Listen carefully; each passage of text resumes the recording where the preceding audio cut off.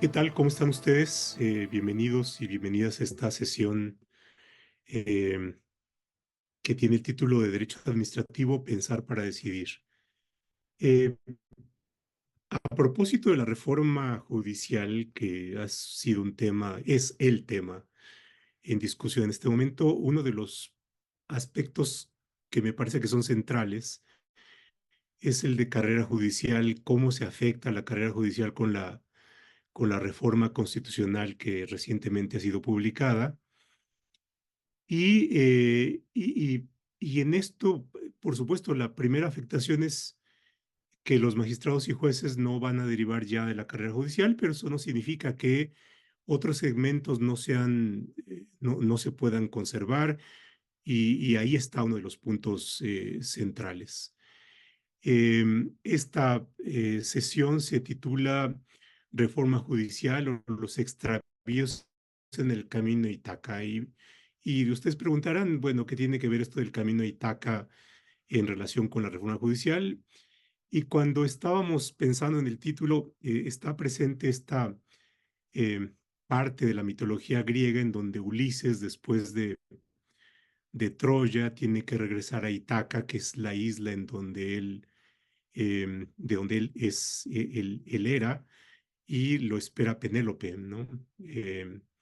Pero tarda una buena cantidad de tiempo en regresar a Itaca, y una de las, digamos, de los pasajes por los cuales eh, pasa Ulises con su, con su gente es la isla de las Sirenas. Y ahí sucede una cosa interesante porque Ulises quiere conocer el canto de las sirenas, pero sabe que es tan subyugante que tiene el riesgo de quedarse encantado y bajar a la isla de las sirenas, y bueno, quedar él con su tripulación ahí y con un destino que, dice la leyenda, es fatal, y por lo tanto tiene el riesgo de no regresar a Ítaca. Para evitar esto, le pide a su tripulación que se ponga cera en los oídos y que lo amarren al mástil de la embarcación, de tal forma que, y además la orden de que por más que le pida que lo suelte, no le hagan caso. Y con esto él, por una parte, puede escuchar el canto de las sirenas, pero no pierde el objetivo central, que es llegar a Itaca, y finalmente llega después de una travesía muy azarosa. Entonces, ¿qué tiene que ver con esto? Que la reforma judicial se propone metas muy ambiciosas que resolver el problema de la justicia. Pero por otra parte también tiene el, la tentación de ceder al poder, y por lo tanto que con el fin de conseguir el poder, que es capturar el poder judicial, es una forma de decirlo, de plantearlo más crudamente, sacrifique la finalidad última, que es resolver el problema de la justicia. Y por tanto no llegar a Itaca, si llegar a Itaca es equivalente a resolver el problema de justicia. Y una de las partes es carrera judicial, es decir, cómo se colocan, cómo el Estado mexicano coloca en un sitio central, que es administrar a la justicia, a personas que sean las más adecuadas para llevar a cabo esto, ¿no? La administración de justicia. Y tenemos dos modelos. Uno, aquel que hemos tenido, que es seleccionar al personal judicial por carrera judicial, y la otra es las elecciones. Entonces, hay dos formas distintas, y por supuesto el riesgo es este que quiere decirse con la metáfora de Ulises y el regreso a Ítaca y los extravíos. Para llevar a cabo esto, esta charla, eh, invité a la querida colega, la doctora Josefina Cortés, a quien le tengo un gran respeto y por supuesto un aprecio personal muy fuerte. Ella es actualmente la directora de la Escuela Federal de Formación Judicial. La escuela tiene una función muy, muy importante en la carrera judicial. Tiene a su cargo o ha tenido a su cargo la selección de titulares de órganos jurisdiccionales, pero también los exámenes de secretario de Estado y Cuenta, de personal de apoyo a la función judicial, también participa en los exámenes de defensores y asesores jurídicos en la Defensoría Pública. En fin, tiene una función muy importante. Como parte de lo que ha realizado en este periodo, hay un estudio muy importante, que es un documento que yo creo que es muy importante y es de cara a la posible reforma judicial en ese momento, es qué hace la Escuela Federal de Formación Judicial. Este es un documento importante. Otro que es de más reciente data y fue eh, dado a conocer por la ministra presidenta, es una serie de foros que fueron realizados en todo el país en un tiempo de 2 semanas y del cual se derivó un documento que me parece muy importante, del cual ya nos hablará, y que tiene que ver con las voces del Poder Judicial frente a la reforma judicial. Entonces, los dos documentos que me parece que son importantes como antecedente. El tema central de esta charla es carrera judicial y cuáles son los efectos que tiene la reforma judicial en esto, que es uno de los, creo que de las columnas vertebrales de la función jurisdiccional. Doctora Cortés, bienvenida. Muchas gracias por haber aceptado esta invitación. Y creo que podríamos partir de un primer punto, en parte sería descriptivo, pero no solamente descriptivo, sino también creo que podría ser el punto de inicio del análisis, es cómo la reforma judicial ya aprobada, ya publicada, ya en vigor, afecta a la carrera judicial. Muchas gracias, Gracias, doctora profesor Cortés, Roldán. por esto. Siempre un gusto coincidir con usted en foros de reflexión, de análisis, con el mismo respeto profesional y aprecio al que usted se refería hace unos minutos. Es con ese mismo respeto y aprecio que acudo esta tarde y desde luego a la audiencia que hoy nos acompaña, un saludo y espero que estas reflexiones resulten del interés y desde luego que sean reflexiones que nos vayan, pues de una u otra forma acercando al camino de los pasos siguientes después de que se ha promulgado justamente este decreto de reformas a la Constitución en materia del Poder Judicial.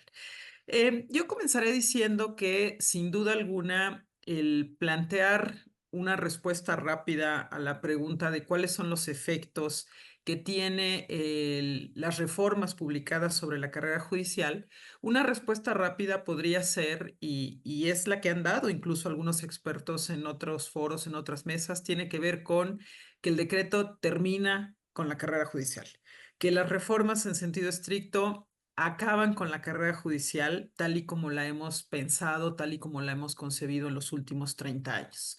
Y me parece que sería una respuesta rápida, sin duda alguna, una respuesta que no dejaría de tener razón si es que nosotros ponemos como parámetro de análisis la carrera judicial que se ha venido forjando en los últimos 30 años.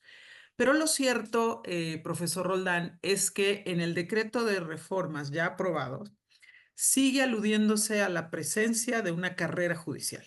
Y no solamente a la existencia de la carrera judicial, sino a ciertos principios que van a estar asociados al profesionalismo, a la excelencia, a la transparencia, e incluso se establece un principio de paridad de género de la mano de este nuevo sistema. Desde esa perspectiva, uno podría, en una respuesta un tanto más reflexionada, decir probablemente lo que se termina es la carrera judicial como la hemos concebido en los últimos 30 años, pero el decreto alude a un nuevo sistema de carrera judicial que por las características que tiene, de acuerdo a este diseño normativo, se nos presenta como un tramo mucho más corto, vamos a decirlo así, en donde desde la categoría de oficiales, actuarios y hasta secretarios, tenemos un sistema, de acuerdo a lo que dice la norma, de carrera judicial, que de una u otra forma, y ahí está el reto para el legislador secundario, tendremos que saber empatar y saber, digamos, armonizar con un sistema de elección popular que ahora queda marcado para jueces, juezas, magistrados, magistradas e incluso ministros. Entonces, Pensar en este momento en los efectos claramente nos llevaría a señalar en primer lugar que estamos frente a una nueva carrera judicial de tramos más cortos y que ahora va a tener un enorme reto de poderse conciliar y de poderle hablar a un sistema de nombramientos por elección popular para las categorías terminales, ¿no? Jueces, juezas, magistrados, magistradas, incluidos ministros. Pero desde esa perspectiva también de cómo concebimos una nueva carrera judicial, algo que hay que poner en la mesa de manera pronta y clara es la cantidad de remisiones que tiene el propio texto constitucional, tal cual está la norma aprobada, a la legislación secundaria. ¿Qué quiere decir esto? Que en realidad muchos de los elementos de cómo se va a producir este proceso de evaluación, certificación, profesionalización, quedarán establecidos en la legislación secundaria.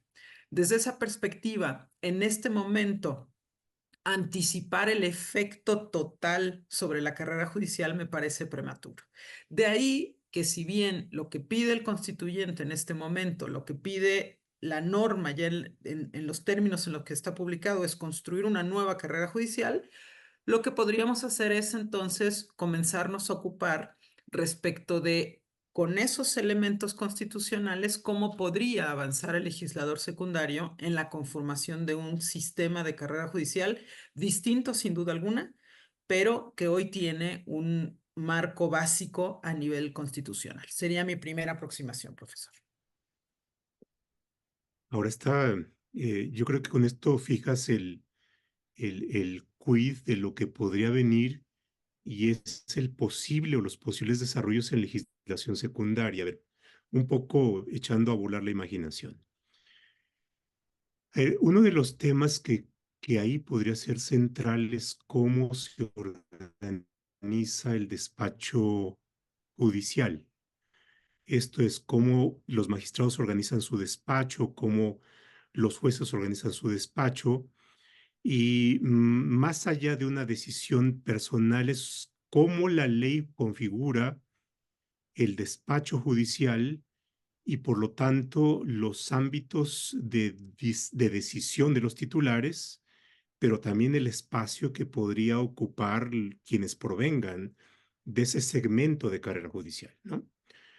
Digamos, el modelo, y aquí viene otro tema de definiciones, es si los titulares deciden quiénes son los que integran su staff, para emplear un término más coloquial, o bien si la ley tiene una predeterminación de, de la totalidad o de parte del despacho, ¿no? Y creo que ahí podría estar uno de los aspectos que habría que definirse en la legislación secundaria, ¿no? Y eso supone previamente, yo creo que una definición como de política, ¿no? ¿Cuáles son los ámbitos de decisión del juez, de su equipo de apoyo, ¿no? Eh, y en el nuevo modelo es un titular que proviene de elección popular, lo cual supone también una cierta carga de, par- de partidización, ¿no? Quizás no de partidización, sino de representación de algo que podría transmitirse o bien transminarse a la integración de su equipo, ¿no? Es decir, si alguien dice, bueno, yo soy titular, juez, magistrado, fue elegido por elección popular, entonces yo tengo la libertad de decidir quiénes son los que integran mi equipo de apoyo, ¿no? O bien, y aquí viene otro punto, cuáles son las peculiaridades de aquellos que van a provenir de formación, de experiencia, de expertise y demás, que provienen de un sistema de elección popular en donde no necesariamente el elemento central va a ser la expertise, el conocimiento y la experiencia, que podría verse, digamos, de alguna manera compensada con aquellos que sí tienen una experiencia más judicial, ¿no? Ahí hay una parte. Luego la otra es qué peso podrá tener la experiencia judicial en la valoración que en los comités técnicos tendría los criterios de ponderación y de peso o de puntaje o de valoración para aquellos que integren finalmente la lista de los 10 que tendrían por cada cargo, ¿no? Entonces, al menos ahí hay dos puntos que así te pongo. Le habla de usted, a ver, de repente entonces, te estoy Ya tuteando. sabe que es de tú y usted, profe, no se preocupe. Mire, permíteme compartirles algunos datos que justamente en A ver, preparación a esta charla recopilé esta mañana con el apoyo de la escuela. Si nosotros pensamos en el número de personas que hoy integran el sistema de listas, ¿qué es un sistema de listas? Básicamente un registro de personas que han resultado vencedoras en distintas categorías de la actual carrera judicial y que por una u otra razón algunas ya están ejerciendo esas funciones, pero otras continúan, voy a decirlo así, en reserva. ¿Qué números tenemos para comenzar a hilvanar en esta necesidad de que el legislador secundario arme los puentes necesarios entre lo que hoy queda de carrera judicial y lo que pretende construir a la luz del nuevo decreto? Si nosotros preguntáramos por el número de total de secretarías, me refiero a secretarios de juzgado, secretario de tribunal, tenemos 9,721 personas. Actualmente, 3,201 nombradas en ese cargo y 6,520 personas disponibles. Si preguntamos lo mismo para actuarías, tendríamos 2,429 personas, disponibles 1,531. En oficial judicial, 8,029 personas en listas, disponibles para contratación 4,835. Y esto es en las categorías generales. Si yo pregunto esto, por ejemplo, para la materia laboral, tendríamos secretarías laborales 1,471 personas, disponibles 820. En actuarias laborales disponibles 1,032, en oficiales disponibles 800. Estos números me parece que son relevantes para comprender que hoy el sistema de carrera actual deja un legado muy importante de personas profesionalizadas, personas que cuentan con la certificación necesaria para desempeñar estas categorías de carrera judicial que subsisten después de la reforma. Entonces, una pregunta muy importante es, ¿cómo le hablo a ese expertise acumulado que hoy está básicamente esperando una oportunidad en juzgados, esperando una oportunidad en tribunales? Y es ahí donde podríamos comenzar a elaborar sobre estos puentes que se antojan necesarios justamente como parte de un proceso de transición, pero también como parte de un proceso de fortalecimiento del nuevo sistema de carrera que ha de venir. Y ahí es donde podríamos irnos un poquito con más detalle en los siguientes temas que usted comenzaba a plantear. Pensemos, por ejemplo, en que en los términos de la reforma habrá comités de evaluación. Comités de evaluación para cada uno de los órganos proponentes. Comité de evaluación en el legislativo, comité de evaluación en el ejecutivo y comité de evaluación en el poder judicial. Un tema importantísimo para la legislación secundaria es cómo estandarizar y cómo armonizar los criterios que han de tener los comités de evaluación en cada uno de los órganos proponentes. Pero allí, por ejemplo, cuando venga el proceso, uno esperaría que ese comité de evaluación responda a una métrica común establecida en ley. Y esa métrica común establecida en ley, sin duda alguna, podría ser un reconocimiento específico a esas categorías que forman parte de la carrera judicial, que son el legado del sistema anterior de carrera judicial y que hablarían además frente a la necesidad y vendrían a llenar un tanto esa brecha de conocimiento que sin duda alguna se va a producir con el nuevo sistema. ¿Por qué sin duda alguna se va a producir con el nuevo sistema? Pues porque estamos hablando en los primeros, digamos, en el primer año de la renovación de un 50% de titulares, jueces, juezas, magistrados, magistradas, y al cabo de los siguientes 2 años de la renovación total. Ese sistema irremediablemente va a tener un déficit de experiencia profesional frente a juzgado, frente a tribunal. Y es allí donde los cuerpos me parece que pueden resultar en esa integración del despacho, como usted la mencionaba, de juzgados y de tribunales, pueden conformar un área de real oportunidad, pero también de necesidad y de reconocimiento por parte del legislador.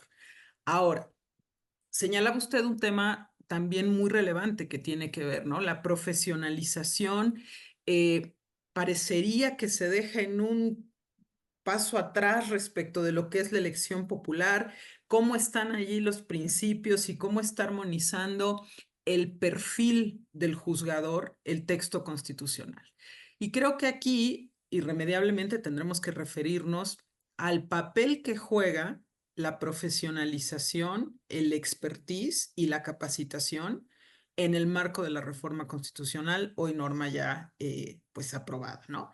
Y creo que aquí estamos en un camino inédito, sin duda alguna, como en muchos otros componentes de la reforma, porque por un lado, efectivamente, cuando uno revisa las normas de carrera judicial tal y como están en el decreto, se va a encontrar estos principios de profesionalización, excelencia, paridad de género, pero por otro lado vamos a encontrar que la capacitación también es un elemento que el legislador, el constituyente básicamente está asociando al sistema disciplinario. Y creo que aquí se abre un reto muy importante, me voy a quedar aquí para también escucharlo, porque entonces nos encontramos con una carrera judicial que tiene una doble lectura. La lectura profesionalizante, pero la lectura, voy a decirlo así, de causante de responsabilidad y la lectura en consecuencia de un sistema sancionador. Y creo que aquí hay un reto adicional para el legislador porque idealmente tendrá que distinguir lo que es la capacitación a los efectos, voy a decirlo así, de un ejercicio profesional permanente por parte de los juzgadores, de lo que es la profesionalización o la carencia de profesionalización como causante de responsabilidad. Me quedo aquí, profesor. No, y estableces un puente importante con la otra parte de la reforma, que es la creación del Tribunal de Disciplina Judicial. Y el diseño es peculiar porque no es solamente la determinación, previa investigación y sustanciación de responsabilidades, sino también le asignan otra función, que es la de evaluación. Entonces, este tribunal, por una parte, determinaría responsabilidades, pero también evaluaría. Pero, y ahí es mi lectura. Mi lectura es en el sentido de que la reforma confunde dos funciones distintas, que es una, la disciplinaria en estricto sentido de responsabilidades, y otra parte que es la evaluación, que tiene que ver con una cuestión más de desempeño.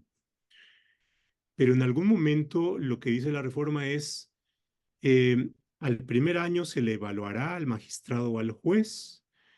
Si su evaluación no es satisfactoria, entonces podrá suspendérsele hasta un año, en el cual llevará a cabo una serie de actividades de capacitación, y al término de esa capacitación se le volverá a evaluar, y si no se es satisfactoria, entonces se le separará del cargo. Pero esa separación del cargo es a título de sanción. Entonces hay una serie de problemas ahí, primero conceptuales, confusión entre evaluación y disciplina. Segunda parte, que es un procedimiento sancionatorio, pero a partir, es una función y un final sancionatorio, pero con un procedimiento no sancionatorio, sino de evaluación. Es una cosa ahí. Bueno, pero en esta parte de la capacitación, eso significa es una especie de sabático sin ser sabático, en donde se le da la capacitación a título de sanción, pero ahí pareciera ser que la capacitación va a estar a cargo del Tribunal de Disciplina Judicial. eh, y es una de las cosas que no deja definida la reforma. Pero en el sistema actual es la escuela federal la que tiene a su cargo la función de formación, la función de capacitación, de actualización y demás. Y ahí hay y un poco complementando tu comentario, ahí puede haber otro sitio para la escuela, ¿no?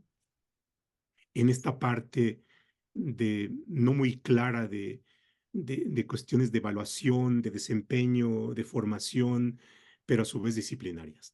Sin duda. Y aquí es otra de las áreas de oportunidad que muestra este decreto y que tocará la tarea al legislador de tratar de encontrar la cuadratura al círculo, ¿no? Porque efectivamente Por un lado se habla de carrera judicial, está el elemento de profesionalización, pero por otro lado, cuando uno analiza el artículo 100 de la Constitución, encuentra un sistema disciplinario que establece como parte del propio sistema y de los elementos de evaluación algo que podríamos llamar a grandes rasgos evaluación del desempeño. Y en esa evaluación del desempeño, evidentemente, uno de los elementos es, voy a decirlo así, el expertise con el que el titular, la titular ejerce su función. Y aquí podríamos tomar tal vez como un pequeño elemento de distinción al propio texto constitucional cuando se refiere, profe, a, por un lado, medidas correctivas o sancionadoras, pero por otro lado, establece una distinción entre medidas de fortalecimiento y medidas correctivas. Entonces, quizá uno podría quedarse en el punto medio de decir, unas son medidas sancionatorias de carácter correctivo ante el incumplimiento, ante, digamos, el hecho de que un servidor público incurre en un ilícito, y otra es la medida de, como lo dice aquí, fortalecimiento. Y una medida de fortalecimiento no necesariamente debería ser concebida como una sanción. Y creo que aquí lo más razonable sería no enlazar estos supuestos a un sistema disciplinario, sino reconducirlos, porque deja un espacio a la norma, a un mecanismo de evaluación de desempeño. Y el mecanismo de evaluación de desempeño sí que forma parte de un sistema de carreras judicial, porque recordemos que en la carrera judicial no solamente está el ingreso, la permanencia, sino que hay condiciones de evaluación hasta llegar a condiciones de separación. Y desde esa perspectiva, uno podría a lo mejor enlazar en la legislación secundaria los procedimientos de ratificación a la debida profesionalización, a la constante actualización. Y si uno trata de armonizar el texto constitucional bajo una aproximación, vamos a decirlo así, más sistémica, uno tendría que reconocer que el Tribunal de Disciplina deberá auxiliarse de la Escuela Nacional, en este caso de formación judicial, para esos procesos de capacitación, para esos procesos, como lo dice el propio texto, de certificación, profesionalización en los términos en los que está planteado el texto constitucional. Entonces, sí, la respuesta sería, el legislador tendría que reconducir a que esas actividades de capacitación las siga conservando la escuela. Sin embargo, plantea el siguiente reto. Sería muy natural que si este tribunal de disciplina acude en esa función de evaluación a la escuela, eso me parece que tiene razón de ser, la escuela finalmente permanece como un órgano auxiliar del consejo, lo que resultaría un poco más cuesta arriba y también el legislador secundario tendría que evaluarlo, razonarlo y llegar a alguna determinación legal, tiene que ver con cuál sería la participación de esa escuela nacional en los comités técnicos o comités de evaluación. Porque si se van a generar rúbricas de desempeño, rúbricas de capacitación, para que haya certeza respecto de un perfil para desempeñar el cargo de juzgador o juzgadora, pues entonces esas métricas tendrían que ser comunes. Y lo que sería muy complicado es que las métricas de frente al expertise necesario, a la capacitación deseada, fuesen disímiles y en consecuencia pues tuviéramos prospectos diferenciados según el comité de evaluación que haya operado. Hay simplemente una cuestión de, de conocimiento general. em, Quienes estamos ahí en la academia y estamos acostumbrados a estos ejercicios de evaluación, el término rúbrica nos resulta mucho más familiar, pero no necesariamente a todos quienes están aquí con nosotros. Si nos pudiera usted explicar, cuando habla de la rúbrica, a qué se refiere como un instrumento metodológico que ayuda a la evaluación, creo que sería muy bueno. Sí, por eh, supuesto. Actualmente en el sistema de carrera judicial, y lo voy a explicar así, existe una figura que se llaman factores generales de evaluación, que básicamente reportan la experiencia con la que los juzgadores se presentan a un concurso de oposición. Y esa experiencia tiene que ver con los grados obtenidos, licenciatura, maestría, doctorado, pero también tiene que ver con otro tipo de acreditaciones, otro tipo de capacitaciones, incluso, por ejemplo, cursos que han dado al interior de la Escuela Federal de Formación Judicial. Y lo único que busca este factor general de evaluación, que no es otra cosa más que una rúbrica, es establecer un perfil que señala de manera clara y que puede establecerle y puede fijarle además ciertos puntajes a ese perfil curricular que va a presentarse como candidato o como candidata, de tal forma que podríamos establecer, por ejemplo, como parte del perfil, ciertos grados académicos. Y esos grados académicos, si tiene licenciatura, si tiene maestría, si tiene doctorado, pensemos, estoy hablando en voz alta, si tiene licenciatura son 3 puntos, si tiene maestría son 6 puntos, si tiene doctorado son 9 puntos. Oiga, pero es que además tiene una capacitación específica en materia de derechos humanos y resulta que, bueno, pues a lo mejor ahí hay una capacitación específica en tal materia que podría recibir cierto puntaje. Esto es muy importante porque entonces estableceríamos criterios homologados al interior de los comités de evaluación y tendría que valer lo mismo el perfil profesional del posible o la posible candidata en sede legislativa que en sede judicial o en sede del Ejecutivo. De lo contrario, sería muy riesgoso que un mismo perfil se presente a 3 comités de evaluación y a uno le den 2 puntos, a otro 80 y en otra sede 150. Entonces, lo que buscan las rúbricas, los estándares, es establecer básicamente estándares y un sistema de puntajes lo más objetivo posible para, voy a decirlo así muy coloquialmente, medir el perfil curricular de las personas que se presentan como posibles candidatos en esta contienda. Y que la verdad estas herramientas metodológicas ayudan mucho cuando tenemos grupos, equipos o eh, órganos colegiados que pueden tener muy diversos criterios. Por ejemplo, en las evaluaciones para seleccionar a quienes quieren ser comisionados en la Comisión de Competencia Económica o en algún momento, y esa fue mi experiencia, en el Comité Técnico de Evaluación para los consejeros del INE. La rúbrica nos ayudó mucho a establecer elementos comunes que pudieran, por una parte, ser útiles para quienes integrábamos el comité, de tener los mismos referentes, pero por otra parte también preservar la libertad que cada uno de nosotros podía tener para evaluar a un mismo candidato. Y eso es una herramienta extraordinariamente útil. Bueno, regreso un poco al tema. Ahí en su intervención habló de la Escuela Nacional de Formación Judicial, ¿no? Y esto implica ya un carácter distinto a la escuela. Y creo que valía la pena detenernos un poco en eso. La escuela tiene ya un sitio en el texto constitucional, eh, tiene a su cargo lo que ha venido haciendo, pero no solamente esto, sino también se le agregan otros elementos en su quehacer. Creo que sería importante en esto ver cuáles son estos nuevos elementos que se le agregan y, por supuesto, los retos que tendría ya la nueva escuela ahora ya constitucionalizada, ¿no?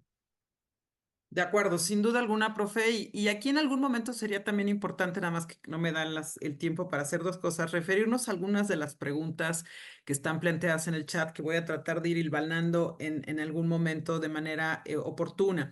Aquí, por ejemplo, nos decían, oigan, el sistema ya está establecido en la reforma constitucional, no se vale hacer comparaciones con el modelo anterior, ¿no? Y creo que, ojo, la comparación solamente la estamos haciendo para poner en blanco y negro que es una rúbrica, pero creo que vale la pena anticiparle a nuestra audiencia que lo que es propio de esta reforma constitucional también tiene que ver con el grado de interpretación que va a ofrecer, con el grado de remisiones a la legislación secundaria que tiene el propio texto, y es desde esa perspectiva en donde necesariamente el legislador se va a enfrentar a ver qué es lo que hoy opera en el sistema, porque imagínense también el ejercicio de una completo borrón y cuenta nueva de toda la legislación, de la ley orgánica, de la ley de carrera. Creo que viene un ejercicio para el legislador muy importante de reflexión respecto de las piezas del sistema que pueden permanecer y aquellas que necesariamente deben de desaparecer. Me refiero a su pregunta, profe, en el sentido del mandato de la escuela. A ver, efectivamente, más de una persona y en distintos foros se ha señalado que el efecto en la Escuela Federal de Formación Judicial es un efecto, voy a decirlo así, de fortalecimiento, para otros es un efecto de agrandamiento de la escuela. ¿Y esto por qué se puede afirmar y cuáles son los riesgos, las áreas de oportunidad que ofrece esta nueva o este nuevo diseño institucional, voy a decirlo así, para la Escuela Federal de Formación Judicial? Bueno. Al día de hoy, y por eso es importante la comparación, para que entendamos qué es lo que hoy establece la norma constitucional, al día de hoy la Escuela Federal de Formación Judicial tiene un alcance, como su nombre lo indica, federal, su jurisdicción en consecuencia es federal, no local. Nuestro ámbito de capacitación está dirigido al Poder Judicial de la Federación y también desarrollamos capacitación para el Instituto Federal de Defensoría Pública y en mucho menor medida para el público en general. ¿Por qué? Porque básicamente el mandato que teníamos en el artículo 100 constitucional anterior a esta reforma se refería a una capacitación muy ligada a la carrera judicial y a la profesionalización de la función judicial. ¿Dónde están las notas que hacen hoy distinta a la Escuela Nacional de Formación Judicial? Primero, la denominación desde luego cambia, ya no será Escuela Federal de Formación Judicial, sino Escuela Nacional de Formación Judicial. ¿Qué quiere decir? Su jurisdicción ya no será solo federal, sino ahora será nacional y muy probablemente eso llame a una nueva categoría o una nueva ley con naturaleza probablemente de ley general de carrera judicial si es que se mantiene con estos contenidos. Eso es importante porque básicamente esto nos llamaría a pensar en la relación que tendrá la escuela nacional con las escuelas locales. Y es una relación que, de acuerdo a lo que establece el propio texto constitucional, se dará, y voy a citar al constituyente porque básicamente así lo dejó, en su caso, capacitando a poderes locales, capacitando a fiscalías, capacitando a ministerios públicos, capacitando también a la defensoría y, como lo dice el propio texto, al público en general. Con algunos elementos distintos. Entonces ya no es solo una escuela que se transforma de federal a nacional, sino que además es una escuela que en cuanto a sus destinatarios pierde el centro de gravedad que era la carrera judicial y la profesionalización del Poder Judicial Federal. Ahora se le agregan muchos más destinatarios, destinatarios de todo el sistema de justicia nacional, y se le agregan los componentes de autonomía técnica y de gestión, pero, ojo, esto es muy importante, sin perder su naturaleza de órgano auxiliar del Consejo de la Judicatura Federal. Entonces, yo pondría la atención en dos elementos importantes, profe, de acuerdo a esta nueva, digamos, organización institucional. Un primer reto para el legislador va a ser conciliar el hecho de que la Escuela Nacional sea un órgano auxiliar del Consejo, pero con autonomía técnica y de gestión. Sabemos que la autonomía técnica y de gestión son dos atributos que dicen todo o nada de acuerdo al diseño que establezca el legislador frente a elementos muy importantes como son el presupuesto, el nombramiento del o la titular que ha de venir para dirigir la nueva Escuela Nacional de Formación Judicial, desde luego, el sistema, por ejemplo, de recursos que tenga la escuela en términos de concursos de oposición para la categoría las categorías de carrera judicial más, digamos, tal como quedaron ahora, de oficiales a secretarios. ¿Cuál va a ser la relación que va a tener esta escuela si es que permanece una Secretaría Ejecutiva de Carrera Judicial? Esto es, todos estos balances de autonomía técnica y de gestión frente a su carácter auxiliar serán elementos que tiene que resolver necesariamente el legislador. Y ahí un elemento sin duda alguna de reflexión frente a esta idea de balance. Segundo, hay un riesgo, sin lugar a dudas, de que la Escuela Federal de Formación Judicial desborde su mandato. ¿Por qué? Porque básicamente hoy tenemos una escuela que tiene una estructura, tiene, digamos, incluso un expertise acumulado, ¿no? Si fuese en concursos de oposición, de 30 años de experiencia, si fuese como escuela y capacitación de 45 años de experiencia, ya 46 en el mes de agosto, de hecho, se cumplieron, básicamente orientada a la función jurisdiccional. Hoy la escuela no tiene experiencia en la capacitación de ministerios públicos, de fiscalías, parcialmente la tiene en materia de peritos, sí que la tiene en defensoría, porque es nuestro mandato desde la reforma de 2021. Y desde esa perspectiva viene un reto muy importante, porque lo que no podríamos, y ahí estaría el riesgo, digamos, de regulación, es convertir a la escuela, digamos, en un elefante, ¿no?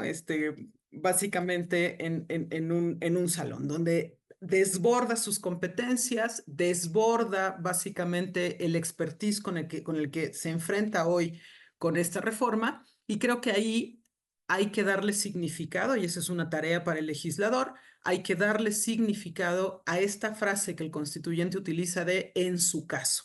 ¿A qué se refiere el en su caso? Pues será una tarea justamente para la legislación secundaria, y ahí los dos retos, profe, que yo veo a propósito del diseño institucional y el nuevo mandato de la escuela.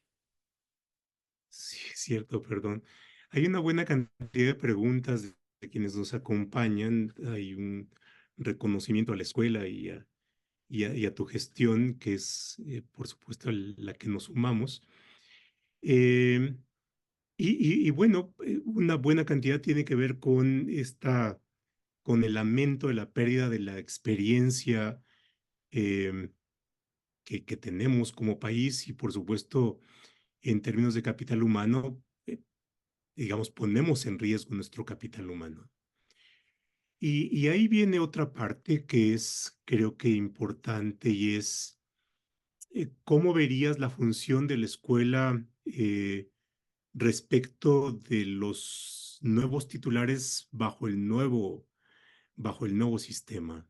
Eh, por supuesto, es una cuestión ahí que habría que ir viendo, pero no sé si tengas ya algún posible escenario de acción de la escuela, en fin, creo que Sí, sí, por mire, ahí.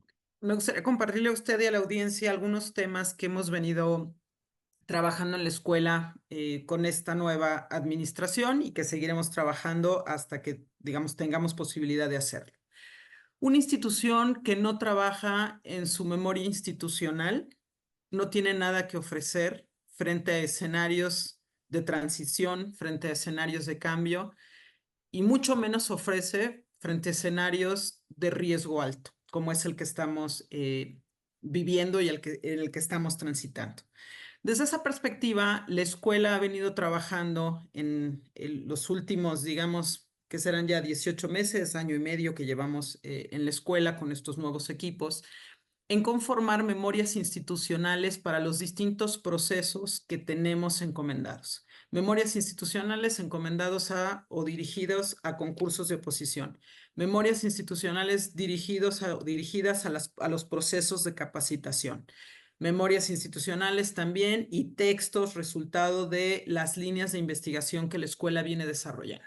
¿Por qué esto es muy importante, profe? Porque finalmente, si uno quisiera creer que las personas se van, pero las instituciones permanecen, cualquier persona que llegue a dirigir la Escuela Nacional de Formación Judicial podrá encontrar en su interior métricas de evaluación, sistemas y modelos de evaluación de acuerdo a perfiles, encontrará acervos de reactivos para aplicar a distintos concursos de oposición, y me parece que eso es fundamental porque de una u otra forma no estamos hablando de una escuela novata, voy a decirlo así, que apenas se está enfrentando a lo que es un concurso de oposición, que apenas va a reflexionar sobre lo que es el perfil del juzgador. De hecho, nuestra escuela es líder en Latinoamérica, en la red iberoamericana de escuelas judiciales, en esta reflexión del perfil judicial del siglo XXI. Hay mucho conocimiento acumulado. Lo que necesitamos es que ese conocimiento acumulado pueda transitar y ser puesto al servicio de este nuevo esquema de carrera judicial y de selección de titulares. Y desde esa perspectiva, le comparto un siguiente elemento. Desde que empezó el proceso de análisis, las discusiones en el Congreso a propósito de esta reforma, muy pronto detectamos que un punto de encuentro en todo este debate y en estas, digamos, zonas de difícil consenso era la necesaria profesionalización. Y desde esa perspectiva, con independencia de que los nuevos titulares, las nuevas titulares, provengan de un sistema de elección popular, la capacitación sigue siendo una pieza fundamental de su ejercicio jurisdiccional. Si no por incentivo, voy a decirlo en estos términos, cuando menos hasta por una decisión racional de no verse enfrentados a un procedimiento disciplinario. Porque si lo acabamos de comentar hace un segundo, ¿no? Está muy débil esta línea divisoria entre la profesionalización asociada a una carrera judicial y la profesionalización que se asocia a un sistema disciplinario. Bueno, pues entonces tenemos que construir en esta capacitación. La escuela al día de hoy tiene, y siempre lo digo así de manera gráfica para la audiencia, nuestros cursos se cuentan en cientos, nuestros usuarios se cuentan en miles. ¿Qué quiere decir? La escuela judicial tiene una capacidad instalada y tiene un expertise muy valioso, pero es verdad que deberá voltear a ver ahora, y en eso estamos ya como escuela, a revisar el acervo general de capacitación. Nuestra escuela ha venido transitando entre lo que son capacitaciones que le hablan, voy a decirlo así de gráfico, al núcleo duro de la formación jurisdiccional, y después vamos a capacitaciones que tienen una mayor especialidad hasta llegar a temas de vanguardia. Muy probablemente lo que venga para la escuela es trabajar con mayor intensidad y de manera mucho más pedagógica la capacitación en ese núcleo duro de formación jurisdiccional.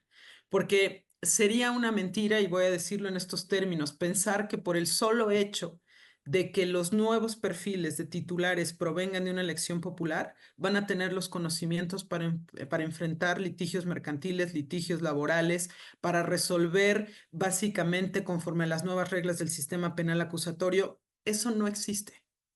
Desde esa óptica, digamos, y eso existe en el personal que se va. Entonces, probablemente en los primeros 2 años, en ese 50%, todavía podemos atesorar y preservar ese conocimiento, pero no en el 50% que llega. Y en esa perspectiva, la escuela, sin duda alguna, tiene ya un gran reto porque deberá desarrollar pues estos cursos de manera mucho más pedagógica para empezar a construir competencias, habilidades y conocimientos jurisdiccionales básicos, ¿no? A nivel federal, y ahora habrá que ver él en su caso, si también a nivel local, ¿no? Esa es una de las preocupaciones, ocupaciones que debemos ya estar resolviendo en estos días.